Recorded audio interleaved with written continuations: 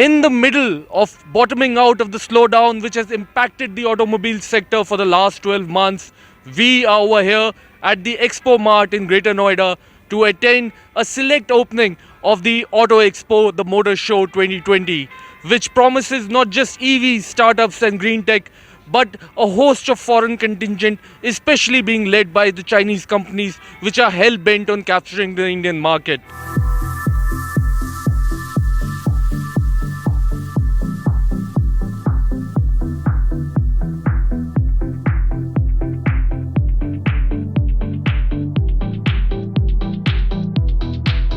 We are with Mr. Tarun Garg, Director, Marketing and Sales, Hyundai Motors India. Sir, regarding the new Tucson 2020.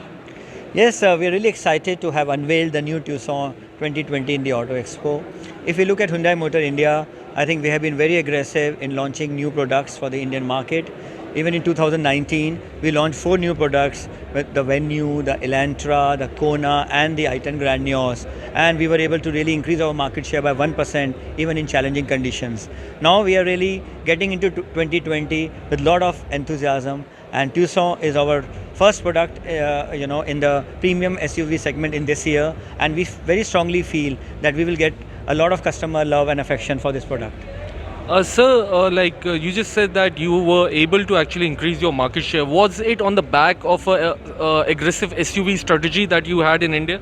I think that's a very interesting question, because if you see at the SUV market in India, yes, it has been really following the global trend and market has been increasing.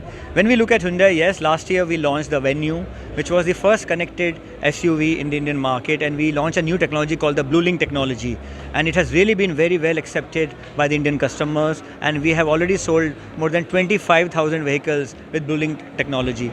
Now with the Tucson, we have taken a step forward, and we have now this Blue Link technology even in the premium SUV Tucson. So yes, you're right. In terms of Hyundai strategy, we understand that SUV are the flavor of the day, and we need to give more and more customer offerings to take the market forward.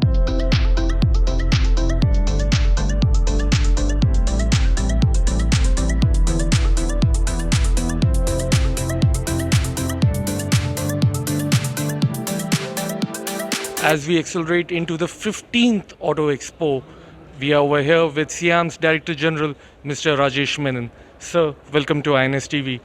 So despite being a slowdown year, we are seeing a massive foreign participation this year round. Can you please give your comments on this? Yeah, indeed. I think we have many large companies from India, from overseas, displaying vehicles, displaying technologies, displaying different types of paradigms of mobility, which we will see in the years ahead.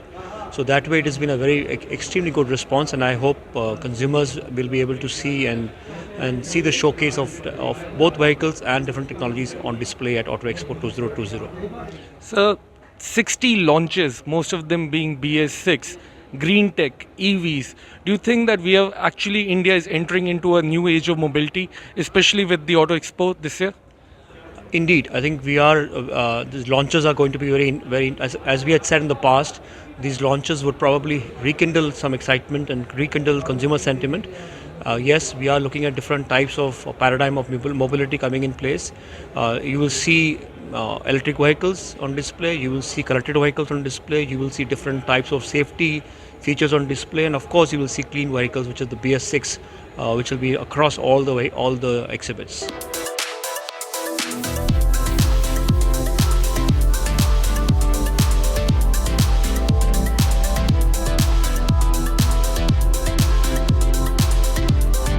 I am with Mr. Gunter Buschek, CEO and MD of Tata Motors Limited. Sir, welcome to INS TV. Firstly, everything seems new for Tata Motors. Ultros, new hatchback, the first time you have entered into this segment. When are you coming out with a new sedan? You have very nicely summarized the theme of the show and our commitment to the future, which is indeed called New Forever. We have lots of products in the make. We have only brought 2 of the products to the show. The one is what we call a show car that can be expected to hit the Indian roads within a time period of anything of 12 months as of today. The concept car can either claim concept elements or could even claim a complete new product as it is the Sierra. Sierra has not been decided yet. We could bring a sedan. I'm not even saying that we don't have a sedan in the pipeline. By the way, we do have. But with this kind of response to a new concept, we will critically review, as we do it on a yearly basis, what is going to be the sequence of events. While one thing is not going to change, that we play with the library. I think the first half of the year will still fall in the category of transition, where all of this education to build comfort and confidence and the belief and the acceptance of the new market reality is the key task, which will show some increase. But with the tailwinds of the festive season, I'm very, very convinced, supported by an expected growth of the economy per se, that with the second half of the coming fiscal year, we are finally going to see the structural revival as we urgently need it in order to justify everything you have seen on stage, because this is not just a statement of intention anymore. This is a commitment to really take India automotive to the next level. I'm with Mr. Shashank Srivastav, Executive Director Sales for Maruti Suzuki India. Sir, Mission Million green vehicles on the Indian roads by Maruti Suzuki. It took you 10 years for the first batch of million cars to be on the Indian road. How many years would you take to complete the second round of million green cars on the Indian roads? So the key statement is Mission Green Million. So you're right, we started this journey in 2010 with the launch of our CNG vehicles and later on the smart hybrid. 5 of our models are smart hybrid, as you know. So we took about 9-10 years to reach that milestone. We want to achieve the next Green Million in the next couple of years. So we want to accelerate this process as a contribution of our unit to the environment. So in terms of the slowdown, do you think that the slowdown is finally bottoming out and we might see incremental growth coming back into the sector? So H1, as you know, was very negative for industry, minus 17%. So Maruti Suzuki also around the same negative. But Q3, Maruti was positive, although industry was a small negative. January also we have seen positive for Maruti Suzuki, although industry is still negative, but not by as much negative as it was in H1. So there seems to have been much better last 4 months compared with the H1. But going forward, we are very cautious, although we are optimistic. We have to be cautious because when the transition from BS4 to BS6 happens, this will be accompanied, and it is being accompanied. Many companies have announced increase in prices. So we have to wait and see how consumers react to this increased prices, and subsequently we will be in a better position to say whether we have a change in the fortunes of the automobile industry.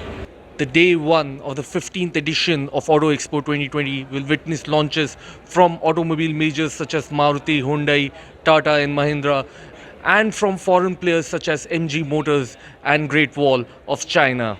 This is Rohit Vaid with camera person Anupam for INS TV.